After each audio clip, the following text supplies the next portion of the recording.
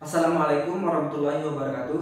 Kembali lagi dengan saya di video kali ini. Saya akan mencoba membahas materi mata kuliah kewirausahaan tentang keuntungan dan kerugian sebagai seorang wirausahawan.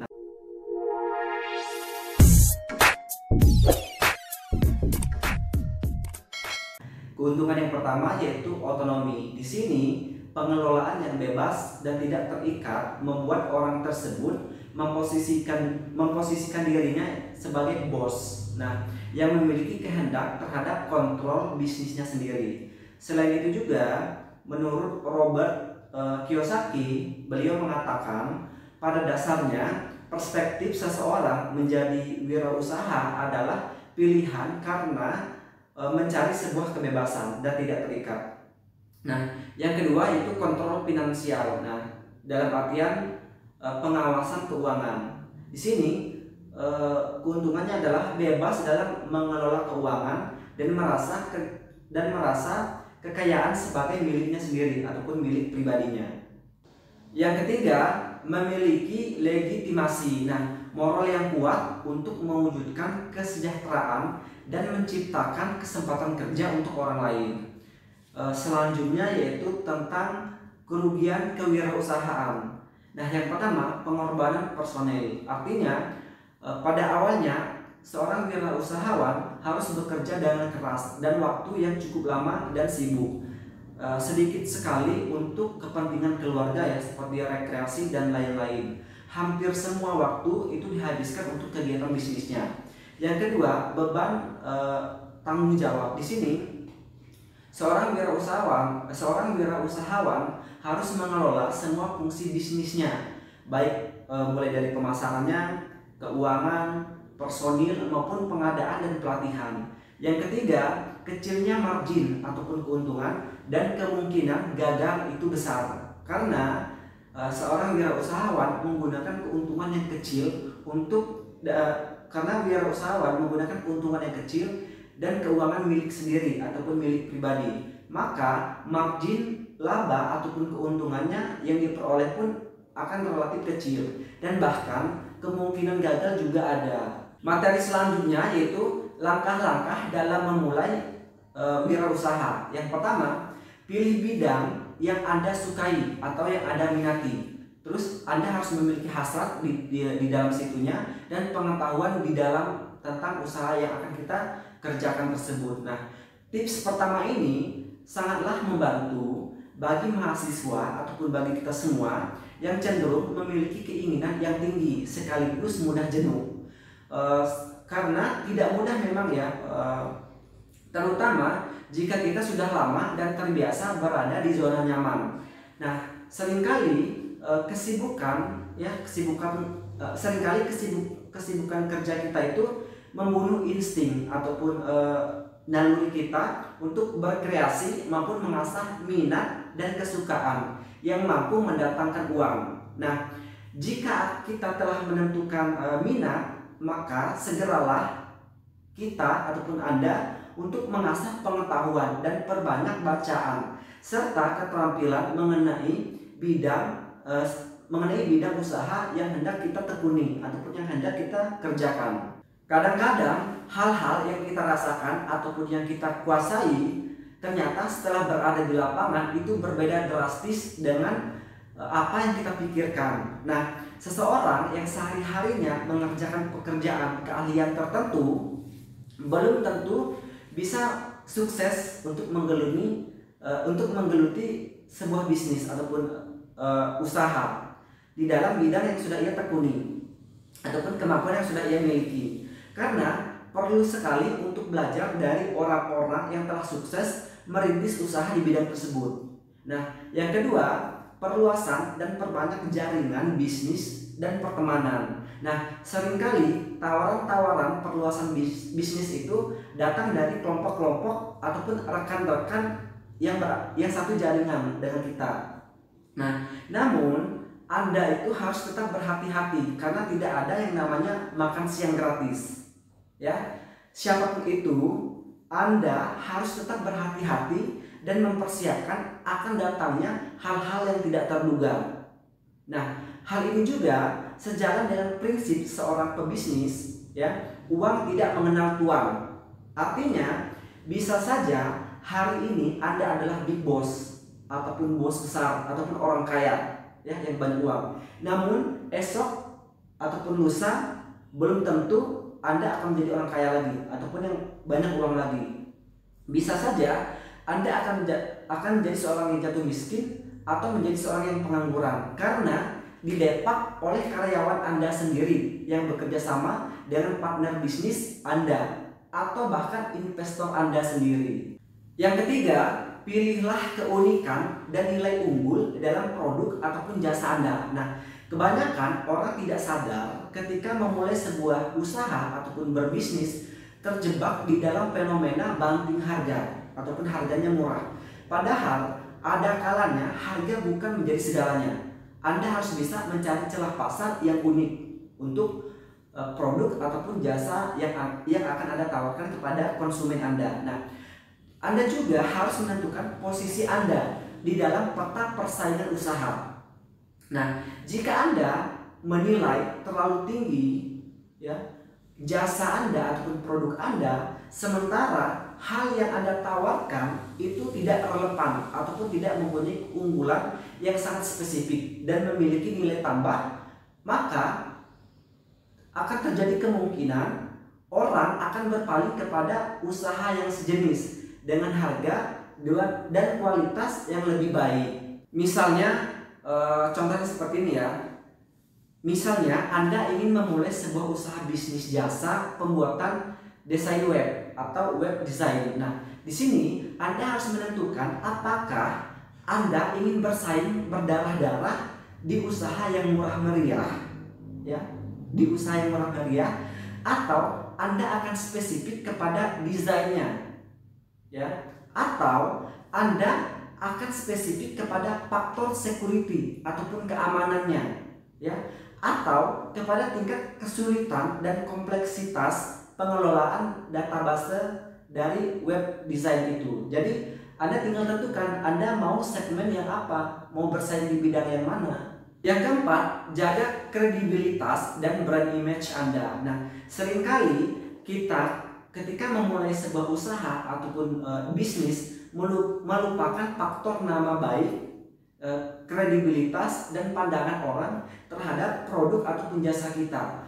Padahal ini yang paling penting dalam memulai sebuah bisnis ataupun usaha. Nah, contohnya adalah mengulur-ngulur waktu pembayaran kepada supplier ataupun peminjam modal adalah tindakan yang sangat fatal dan berakibat kepada munculnya nama kita di daftar hitam jaringan bisnis usaha yang kita tekuni.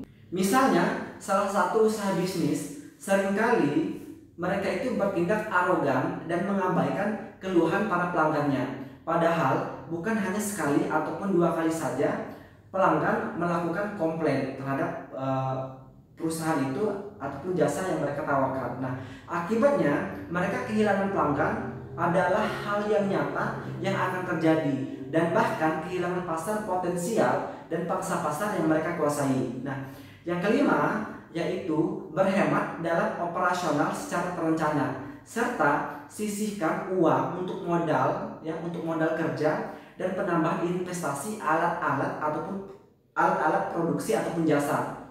Nah, banyak orang, ya, jika sudah untung besar ataupun usahanya itu lagi maju-majunya dan berada di atas, mereka melupakan, ya, faktor persiapan akan hal-hal yang tak terduga maupun merencanakan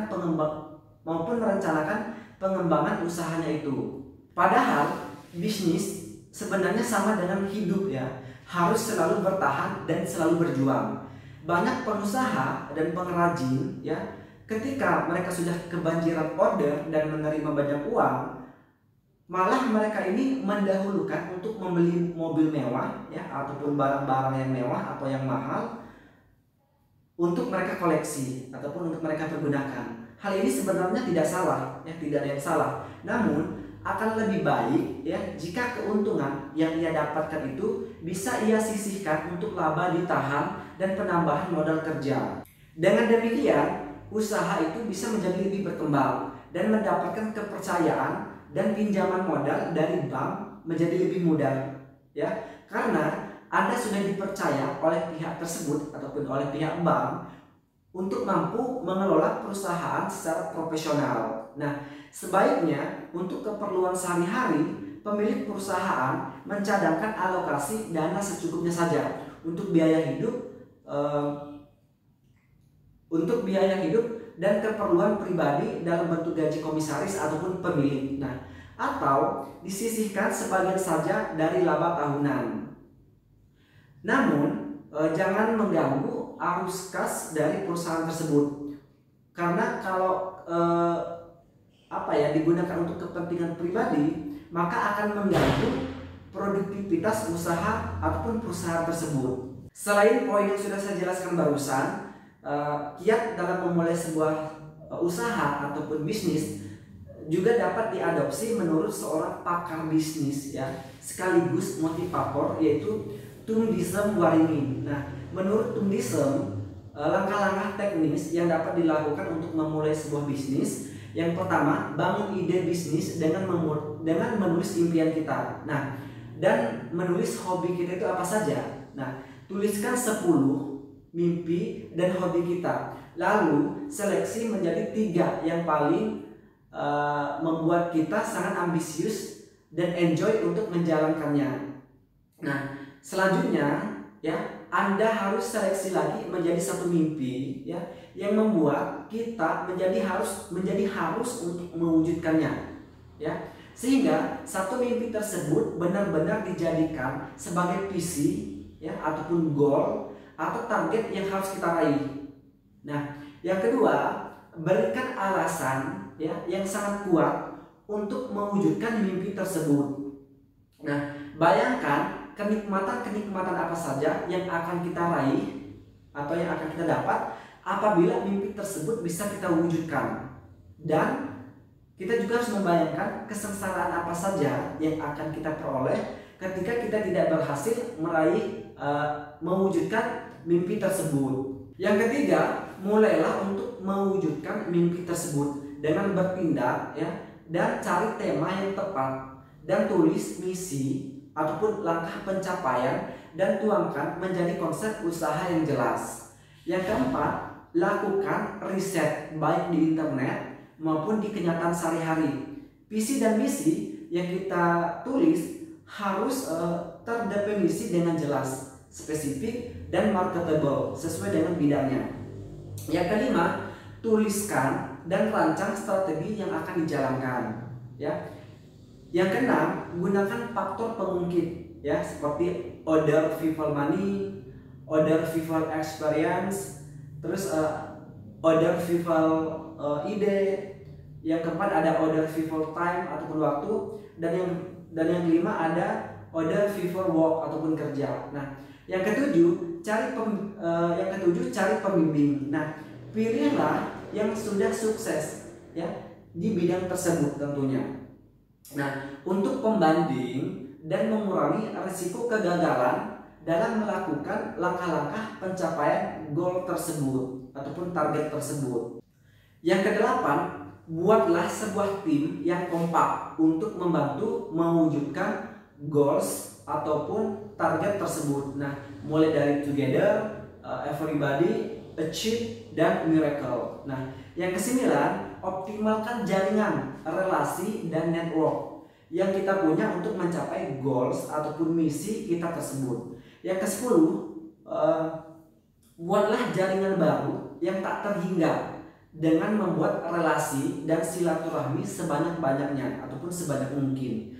Yang ke-11, gunakan alat bantu untuk mempercepat pencapaian target tersebut, misalnya dengan menggunakan website, jejaring sosial, promosi, dan lain-lain. Yang terakhir, yang ke-12, buatlah sistem yang ideal untuk bisnis tersebut, mulai dari shape, ya, diri kita sendiri, timing, energi, dan money.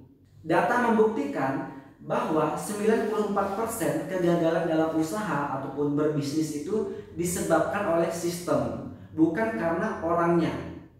Dan kita juga harus banyak menggunakan 5W, yaitu why, why, dan why. Dan 5H, how, dan how. Mungkin cukup sekian teman-teman untuk materi mata kuliah kewirausahaan kali ini tentang keuntungan dan kerugian dalam berwirausaha dan langkah-langkah dalam memulai sebuah usaha. Lebih dan kurang saya minta maaf kalau cara saya menyampaikan materi kurang jelas ataupun kurang detail. Dan saya akhiri, wassalamualaikum warahmatullahi wabarakatuh.